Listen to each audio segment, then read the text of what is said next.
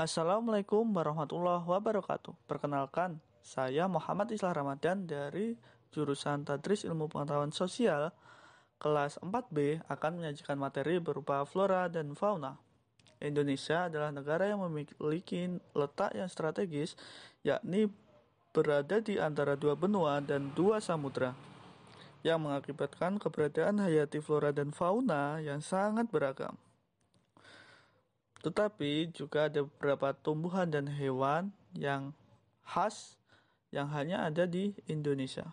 Sebelum kita masuk materi nih, perhatikan gambar berikut. Siapa sih yang gak kenal gambar di atas? Yap, mereka ada salah satu kartu terkenal yang lucu dan mengemaskan. Terlepas dari itu semua, tahukah kamu sebenarnya panda dan iceberg adalah kedua hewan yang tidak bisa hidup bersama? Kenapa? Kenapa? Yuk.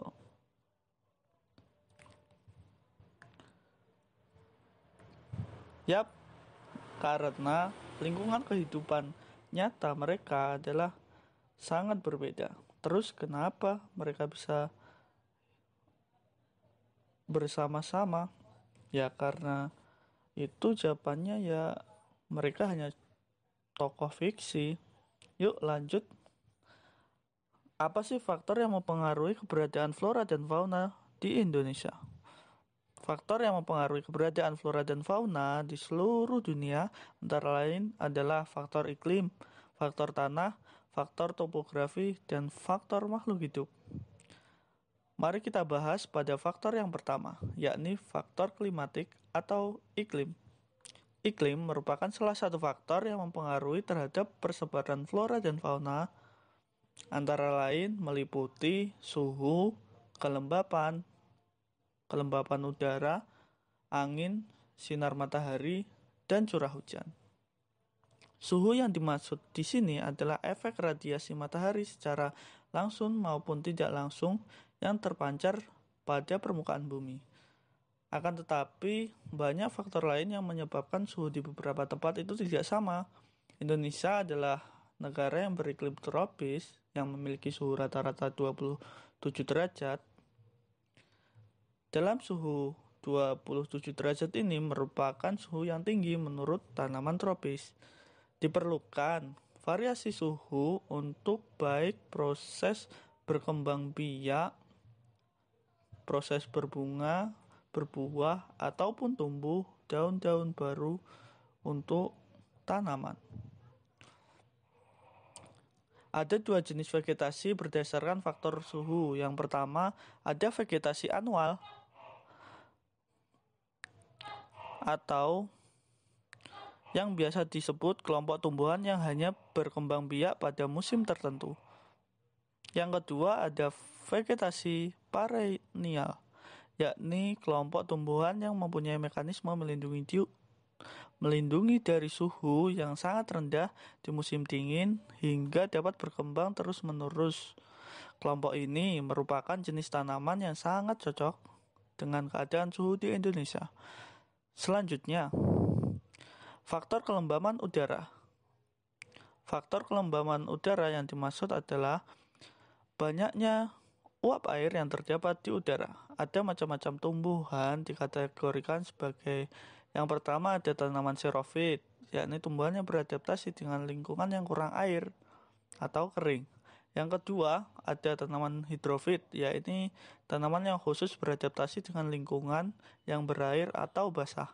Yang ketiga ada tanaman mesofit, yakni kelompok vegetasi yang hidup di daerah lembab akan tetapi tidak sampai tergenang air. Terakhir ini ada tanaman tropofit, yakni kelompok tumbuh-tumbuhan yang mampu beradaptasi dengan mudah di segala kondisi lingkungan. Kelompok tanaman tropofit ini adalah khas dari daerah tropis seperti di Indonesia ini.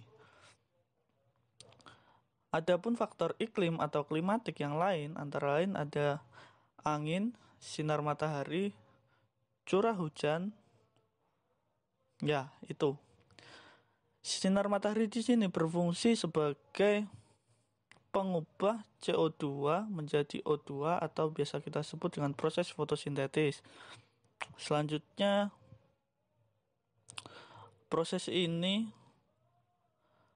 yang mengakibatkan tumbuhan itu bisa tumbuh baik dan subur. Terus ada faktor angin nih, berfungsi sebagai pembentuk CO2 dan sebagai pemindah uap air dari satu tempat ke tempat yang lain.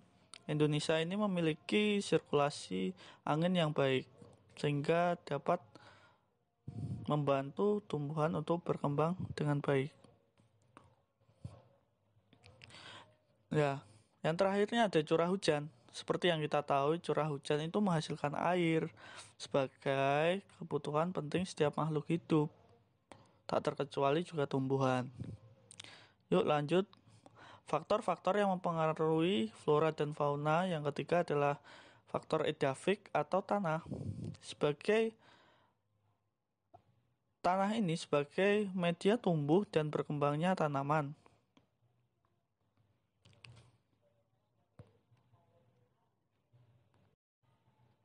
Tekstur tanah di sini berperan penting. Tekstur tanah ini berperan penting dalam kapasitas menampung air dan udara pada tanah.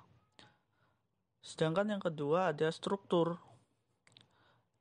berupa besarnya pori-pori antara butir-butir tanah. Sedangkan yang tiga ini adalah keasaman, yang merupakan proses kimia guna membantu penyerapan unsur hara, dikarenakan proses ini dapat mengubah unsur-unsur hara dalam bentuk cair agar mudah diserap oleh akar tumbuhan. Faktor selanjutnya nih, ada faktor topografi, yakni berupa ketinggian suatu daratan ataupun kemiringannya yang mengakibatkan berbedanya bentuk wilayah. Mari kita lihat pada diagram termometrik yang di sini. Ya. Kita ingat bahwasannya setiap kenaikan 100 meter itu terjadi perubahan suhu antara 0,5 sampai 0,6 Celcius. Jadi pada ketinggian di bawah 600 ini merupakan daerah yang panas karena banyak sesuai dengan rumus tadi.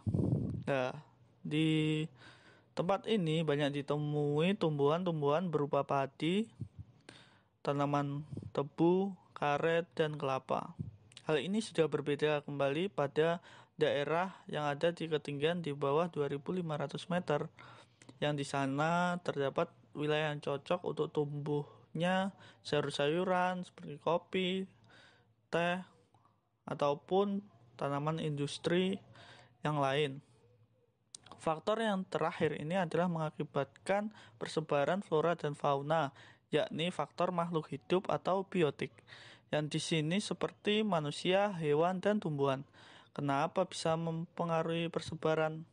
Yuk, mari kita lihat. Manusia sendiri mampu mengubah lingkungan untuk kebutuhan tertentu. Misalnya nih, daerah hutan dirubah menjadi daerah pertanian, perkebunan, ataupun perumahan. Selanjutnya, ada hewan. Hewan juga sama, memiliki kesempatan dalam mempengaruhi persebaran flora dan fauna, karena hewan memiliki peranan terhadap penyebaran tumbuhan, seperti penyerbukan dan persebaran biji-biji tumbuhan. Sedangkan tumbuhan juga memiliki peran, yakni untuk menyuburkan tanah untuk perkembangan kehidupan tumbuhan-tumbuhan yang akan datang. Ya, itu saja. Terima kasih dari saya. Wassalamualaikum warahmatullahi wabarakatuh.